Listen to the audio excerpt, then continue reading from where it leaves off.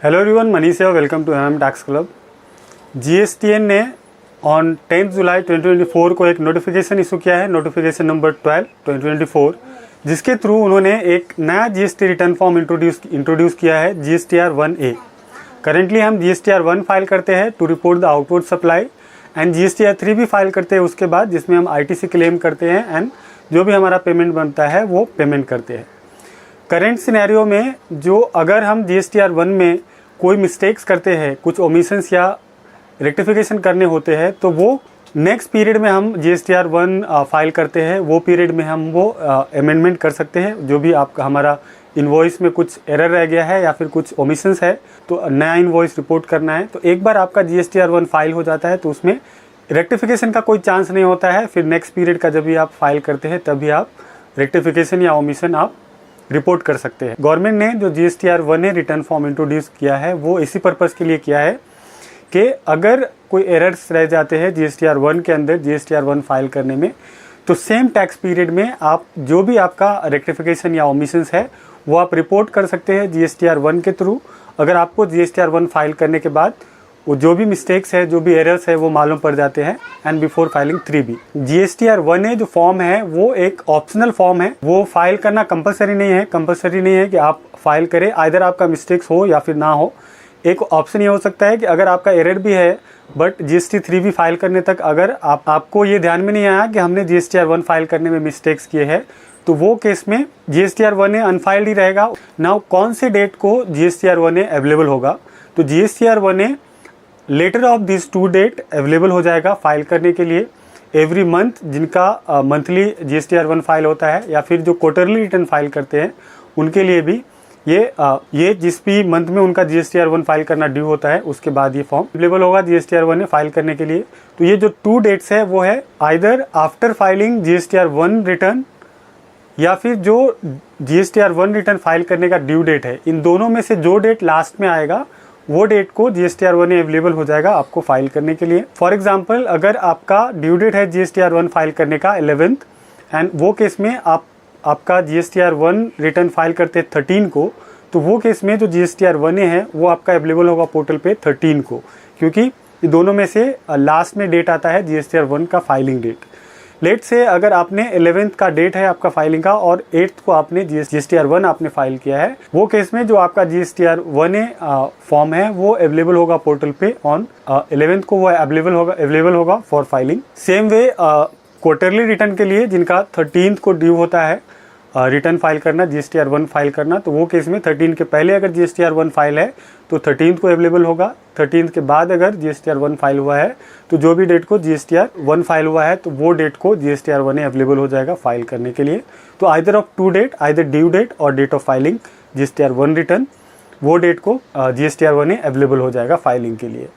Now क्या GSTR 1A file करने का कोई स्पेसिफाइड ड्यू डेट है, तो इसका फाइल करने का कोई भी स्पेसिफाइड ड्यू डेट नहीं है, क्योंकि ये ऑप्शनल फॉर्म है। तो इसको आप GSTR 3B रिटर्न फाइल करने के पहले आपको ये फाइल करना होता है और GSTR 1 रिटर्न करने के बाद। तो between filing GSTR 1 and GSTR 3B आप GSTR 1A फाइल कर सकते हैं। अगर आपका कोई एरर है, आपको मालूम पड़ता है कि GSTR 1 जो हमने फाइल किया है उसमें कुछ एरर है, तो वो आप GSTR 1A के अंदर रिपोर्ट कर सकते हैं। अगर कोई पर्सन है जिन्होंने मिस्टेक्स किए हैं GSTR 1 के अंदर और उन्होंने बाद में 3B भी फाइल कर लिया है, तो वो केस में उनके लिए GSTR 1A अवेलेबल नहीं होता है फाइल करने के लिए। वो केस में जो अभी हम प्रोसेस फॉलो करते हैं, नेक्स्ट पीरियड का जो GSTR 1 रिटर्न फाइल करेंगे वो पीरियड के GSTR 1 के अंदर हम ये रेक्टिफाई कर सकते हैं। GSTR 1 के अंदर है कि एक बार ही आप GSTR 1A रिटर्न फॉर्म भर सकते हैं। लेट से किसी ने GSTR 1 में मिस्टेक्स किए हैं, उनको मालूम पड़ा कि हमारा मिस्टेक्स है, 1A के थ्रू उन्होंने वो रेक्टिफाई कर लिया। बाद में उनको मालूम पड़ता है कि हमने जो रेक्टिफाई किया है उसके अलावा भी कुछ मिस्टेक्स थे GSTR 1 में जो हमारे को अमेंड करना है, तो वो केस में GSTR 1A है, दोबारा से रिवाइज करने का ऑप्शन नहीं होता है एक टैक्स पीरियड के लिए। ओनली वंस का टाइम पीरियड है, एक बार ही आप GSTR 1A फाइल कर सकते हैं। अगर बाकी मिस्टेक रह गए हैं कुछ, तो अगेन वो नेक्स्ट पीरियड का जब भी आप GSTR 1 रिटर्न फाइल करेंगे वो टाइम ही आप उसको फाइल कर सकते हैं। दूसरा, GSTR 1A के अंदर आप किसी भी रिसिपेंट का GSTN नंबर अमेंड नहीं कर सकते। बाकी टैक्स इन्वॉइस के जो डिटेल्स है, वो आप रेक्टिफाई कर सकते हैं। कुछ ओमिशंस है तो नए रिकॉर्ड ऐड कर सकते हैं वहाँ पे। बट किसी का GSTN अगर आपको अमेंड करना है, GSTN चेंज करना है, तो उसके लिए आप 1A के थ्रू नहीं कर सकते हैं।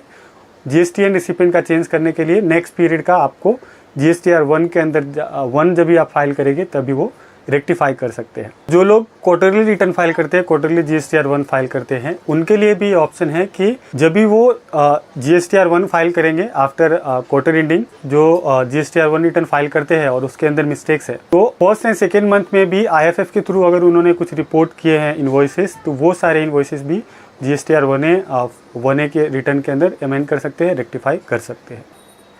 Then like GSTR 1 and 3B हमारे पास ऑफलाइन यूटिलिटी का भी ऑप्शन होता है कि ऑफलाइन यूटिलिटी में हम डेटा प्रिपेयर करते हैं, देन हम जेसन फाइल अपलोड करते हैं। GSTR 1A फाइल करने के लिए ऐसा ऑफलाइन कोई यूटिलिटी नहीं है। GSTR 1A फाइल करने के लिए आपको ऑनलाइन मोड में ही फाइल करना होता है GSTR 1A। देन नील GSTR 1A फाइल करने का कोई ऑप्शन नहीं है, क्योंकि ये जो फॉर्म है वो ऑप्शनल फॉर्म है, तो ये वो लोग ही फाइल करेंगे जिनका GSTR 1 में कुछ मिस्टेक्स है। अगर किसी का मिस्टेक नहीं है तो ये फाइल करने की जरूरत नहीं है। देन नील फाइलिंग GSTR 1A अलाउ नहीं होता है। देन GSTR 1A के थ्रू आप प्रीवियस पीरियड के GSTR 1A के मिस्टेक्स रेक्टिफाई नहीं कर सकते हैं। लेट्स से अगर अगस्त महीने का GSTR 1 आपने फाइल किया है और अगस्त महीने के लिए सितंबर में आपका GSTR 1A आया है रेक्टिफाई करने के लिए, तो वो जो सितंबर मंथ में GSTR 1A इनेबल हुआ है अगस्त के लिए, उसमें आप अगस्त का GSTR 1A में जो भी मिस्टेक्स है वही रेक्टिफाई कर सकते हैं। लेट्स से अगर वो टाइम में आपको मालूम पड़ता है कि प्रीवियस जून जुलाई के अंदर भी कुछ मिस्टेक्स थे GSTR 1 में, तो वो केस में वो रेक्टिफिकेशन आपको 1A के थ्रू नहीं कर पाएंगे। उसके लिए आप जब भी GSTR 1 फाइल करेंगे, GSTR 1 में ही आपको वो रेक्टिफाई करना होता है, either for that same period और इन नेक्स्ट मंथ आपको GSTR 1 में प्रीवियस पीरियड के जो भी मिस्टेक्स है वो करने होते हैं। तो GSTR 1A सिर्फ और सिर्फ वही रेक्टिफिकेशन या अमेंडमेंट अलाउ करते हैं जो सेम पीरियड का हो।